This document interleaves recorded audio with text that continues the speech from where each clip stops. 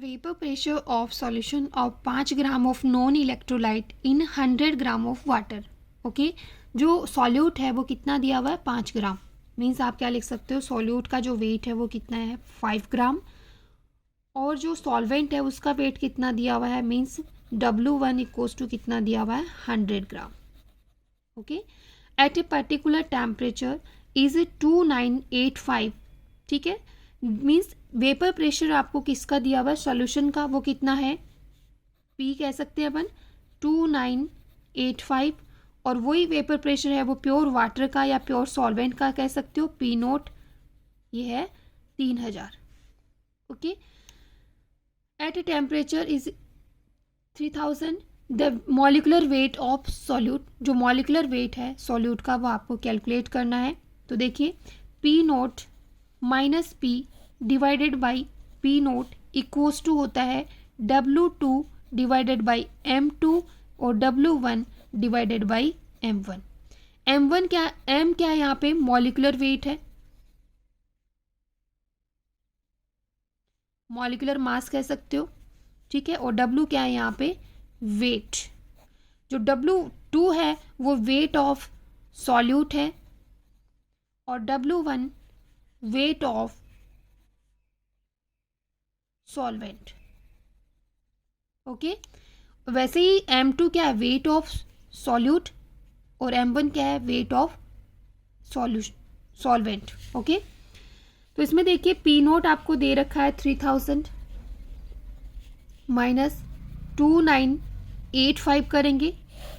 ठीक है, P note क्या है प्योर सॉल्वेंट का वेपर प्रेशर है, और P क्या है सॉल्यूशन का वेपर प्रेशर है, डिवाइडेड बाई 3000 इक्वल्स टू क्या आ जाएगा W2 कितना है 5 ग्राम, 5 डिवाइडेड बाई, और सॉल्यूट क्या है, सॉल्यूट का आपको मॉलिकुलर वेट कैलकुलेट करना है तो M2, W1 कितना दिया हुआ है 100, और मॉलिकुलर वेट होता है वो H2O का, H2O यहाँ पे सॉल्वेंट की तरफ वर्क कर रहा है इसलिए उसका मॉलिकुलर वेट कितना होता है H2O का 16 + 2 इक्वल्स टू क्या होता है 18, तो यहाँ पे क्या लिख देंगे 18।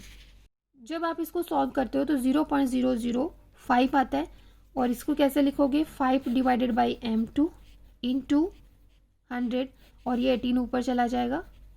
ओके, M2 आपको कैलकुलेट करना है तो M2 इक्वल्स टू क्या हो जाएगा 5 divided by 0.005 into 100 into 18।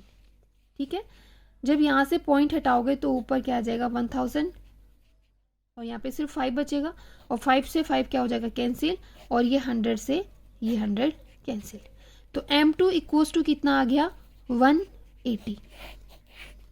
Means जो सॉल्यूट लिया है उसका जो मॉलिकुलर वेट है वो कितना है 180।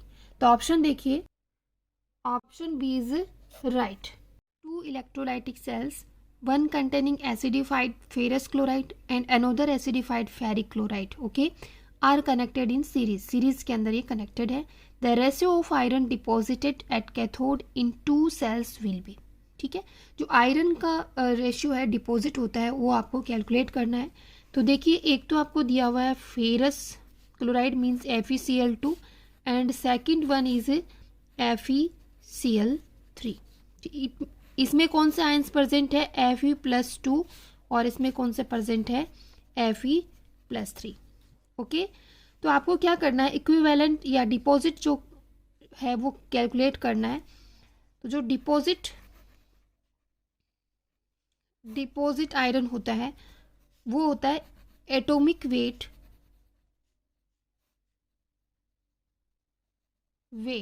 Divided by n।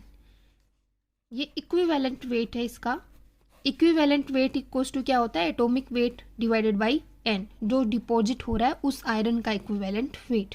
ठीक है, अब आपको 2 आयरन दिए हुए हैं, मीन्स एक +2 के अंदर है और एक +3 के अंदर है। तो देखो आपको कैलकुलेट क्या करना है, आयरन +2 और आयरन +3 का जो डिपॉजिट है वो रेशियो आपको कैलकुलेट करना है। तो इक्वल्स टू क्या हो जाएगा atomic weight of iron +2 divided by n, 1 कर देते हैं इसको, ठीक है, divided by atomic weight of iron +3 divided by इसको N2 लिख देते हैं। N क्या है यहाँ पे, नंबर ऑफ इलेक्ट्रॉन्स जो क्या कर सकता है, वो गेन या लॉस कर सकता है। ठीक है, जो भी आपको मेटल दिया हुआ है उसकी बात कर रहे हैं। तो क्या हो जाएगा, iron +2 divided by iron +3। Atomic weight को लिख देते हैं A से। N1 2 इलेक्ट्रॉन को गेन कर सकता है और आयरन में चेंज हो जाएगा 2 इलेक्ट्रॉन लेकर के, तो 2 लिखेंगे। N1 equals to A। ठीक है, atomic weight of iron +3 A लिख दिया। और N2 क्या लिखेंगे यहाँ पे, 3 इलेक्ट्रॉन ये लेकर के आयरन में चेंज हो सकता है, इसलिए यहाँ पे क्या लिखेंगे 3। ओके, क्योंकि आयरन ही डिपॉजिट होता है इसलिए ये N है, यहाँ पे वैल्यू आएगी, क्योंकि आयरन +2 2 इलेक्ट्रॉन लेगा और आयरन के अंदर क्या हो जाएगा, रिड्यूस हो जाएगा। ऐसे ही आयरन +3 3 इलेक्ट्रॉन लेगा और आयरन के अंदर रिड्यूस हो जाएगा। अब देखिए इसका रेशियो कैलकुलेट कर लेंगे। A से A कैंसिल हो जाएगा, 3 ऊपर जाएगा और 2 क्या आएगा नीचे। इट मीन्स 3:2 आंसर आ जाएगा। ओके, तो ऑप्शन देखिए, ऑप्शन डी इज राइट। के values increases in which of the following order. सबसे पहले जो बात है इसके अंदर पीके वैल्यू आपको पूछी गई है। अब जो पीके वैल्यू होती है, पीके वो एसिडिक जो स्ट्रेंथ होती है, उसके एसिडिक स्ट्रेंथ इसके क्या होती है, इन्वर्सली प्रोपोर्शनल होती है। तो आपको जब एसिडिक स्ट्रेंथ का पता चल जाएगा तो आप पीके वैल्यू कैलकुलेट कर सकते हो। ओके, या क्या कह सकते हो, जो बेसिक स्ट्रेंथ होती है उसकी प्रोपोर्शनल होती है। तो देखिए इसमें एसिडिटी होती है वो लेफ्ट से राइट की तरफ जाएंगे तो क्या होगा, एसिडिटी इंक्रीज होगी। और जो बेसिसिटी है क्या होगी, डिक्रीज होगी। कैसे, क्योंकि बेसिसिटी के अंदर क्या होता है कि जो बेस होता है वो इलेक्ट्रॉन देता है, लेकिन जो कार्बन, नाइट्रोजन, ऑक्सीजन और फ्लोरीन में इधर से इधर जा रहे हैं तो इलेक्ट्रोनेगेटिविटी क्या हो रही है, इंक्रीज हो रही है। जिसकी इलेक्ट्रोनेगेटिविटी ज़्यादा होती है वो इलेक्ट्रॉन देता नहीं है, बहुत ही मुश्किल से वो इलेक्ट्रॉन देता है। तो मुश्किल से इलेक्ट्रॉन देगा, इट मीन्स उसकी बेसिसिटी कम होगी, या वो वीक बेस होगा, कह सकते हैं। ठीक है, अब देखिए इसमें कार्बन से मतलब CH4 है, उसके बाद में NH3, H2O और HF, तो इधर से इधर जा रहे हैं तो इनकी एसिडिटी इंक्रीज है। एसिडिटी इंक्रीज है और अपन ने क्या लिखा है कि पीके वैल्यू एसिडिटी के इन्वर्सली प्रोपोर्शनल होता है, एसिडिक जो स्ट्रेंथ होती है उसके। तो इधर से इधर जाएंगे तो क्या होगा, पीके वैल्यू डिक्रीज होगा। इट मीन्स सबसे ज़्यादा पीके किसका होगा, CH4 का, उसके बाद में NH3 का, उसके बाद में H2O का, और सबसे कम पीके किसकी वैल्यू होगी, HF की। ठीक है, तो ऑप्शन देखते हैं। तो ऑप्शन देखिए, option C is right. Next जो क्वेश्चन है वो मास स्पेक्ट्रम से है। The M upon E value for mass spectrum of an organic compound appears at 106। ओके, और m+-1 इसमें से यदि एक इलेक्ट्रॉन माइनस कर देते हैं जो अपनी बेस पीक है उसमें से, तो appears at 105। The other prominent peaks are 77 and 51। The compound can be. तो आपको कंपाउंड पूछा है तो इसमें बहुत सारे कंपाउंड्स दे रखे। तो सबसे पहले जो आपको कंपाउंड दिया हुआ है वो बेंजल्डिहाइड है।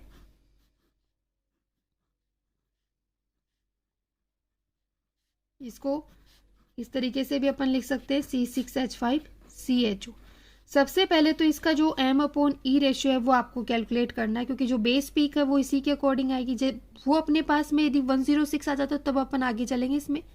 तो देखिए 6 कार्बन और एक 7 कार्बन है तो 7 × 12 है, प्लस 5 और एक 6 हाइड्रोजन है तो 6 × 1, प्लस ऑक्सीजन का जो वेट होता है वो कितना होता है, मॉलिक्यूलर वेट 16।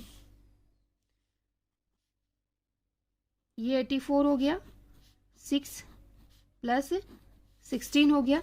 जब आप इसको ऐड करोगे तो आएगा 106।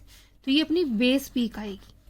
उसके बाद में क्या कहा है इसने कि m+-1, ठीक है, जो ये जो कंपाउंड है C6H5CHO, यदि इसमें से एक इलेक्ट्रॉन माइनस कर दिया जाए -1 इलेक्ट्रॉन, तो अपने पास में जो पीक आती है वो आती है 105 पे, और वो कौन सी आएगी, C6H5CO प्लस की पीक आएगी। ओके, तो ये जो M प्लस -1 की पीक है।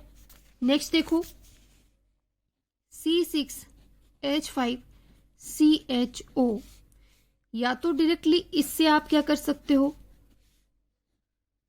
77 वाली पीक ला सकते हो। कैसे, देखिए कार्बन का, हाइड्रोजन का और ऑक्सीजन का कितना होता है, 12, 16 और 1, कितना आता है 29, और 106 में से यदि आप 29 माइनस करते हो तो आपके पास में जो पीक आती है वो आती है 77 की।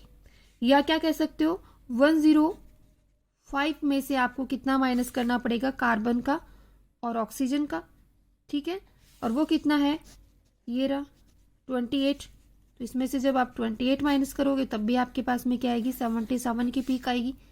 तो देखिए इसमें से CHO का है उसको माइनस करेंगे तो आपके पास में आएगी C6H5 प्लस की पीक, और ये जो पीक है इसकी पीक आती है 77 पे, और जो प्रोमिनेंट पीक है। ओके, देखिए option A is right. Okay,